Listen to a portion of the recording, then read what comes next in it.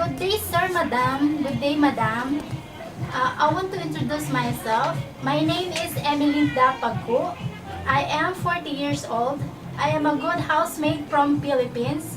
Now I am working in Singapore since 2012 until now. I work for Chinese employer and I take care elderly care age 88 years old and I can cook Chinese food and Asian food.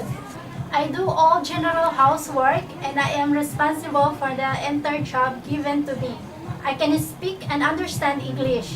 Hope you can choose me to work in Hong Kong with your family because I want to have better income to support myself and family. Thank you, sir. Thank you, madam.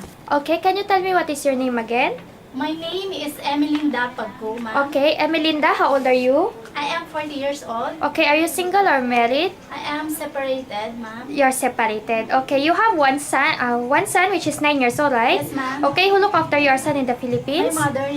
Your mother. Okay, then Yes. so let's talk about your working experience. Here in Singapore, you started working since 2012 until now, right? Yes, ma'am. Okay, you work for a Chinese family. Yes, ma'am. Okay, so in this family, you're looking after one elderly which is female, 88 years old. Yes, ma'am. Okay, but they have four grown-up child which are 55, 53, 49, and 45 years Yes, old. ma'am. Okay, so are you good in cooking or can only cook simple dishes? Can only cook simple dishes, ma'am. Okay, how many times in a day you cook with your employer? Times a day, ma'am. Okay, can you tell me what Chinese foods you can cook? I can cook steamed fish, and fried chicken. And many more, right? Yes, ma'am. That's good then. So we also understand that you have experience in looking after baby by taking care of your own and all your relatives also, right? Yes, ma'am. Okay, and also you are good in looking after children as well as elderly. Yes, ma'am. Okay, are you scared of dogs? Yes, ma'am. Okay, so is this your first time to work in Hong Kong? Yes, ma'am. Okay, why do you want to work in Hong Kong? I want to have better income to support myself and family, ma'am. Okay, what is the most important responsibility as a housemaid? To follow instruction of the employer and to be honest and responsible.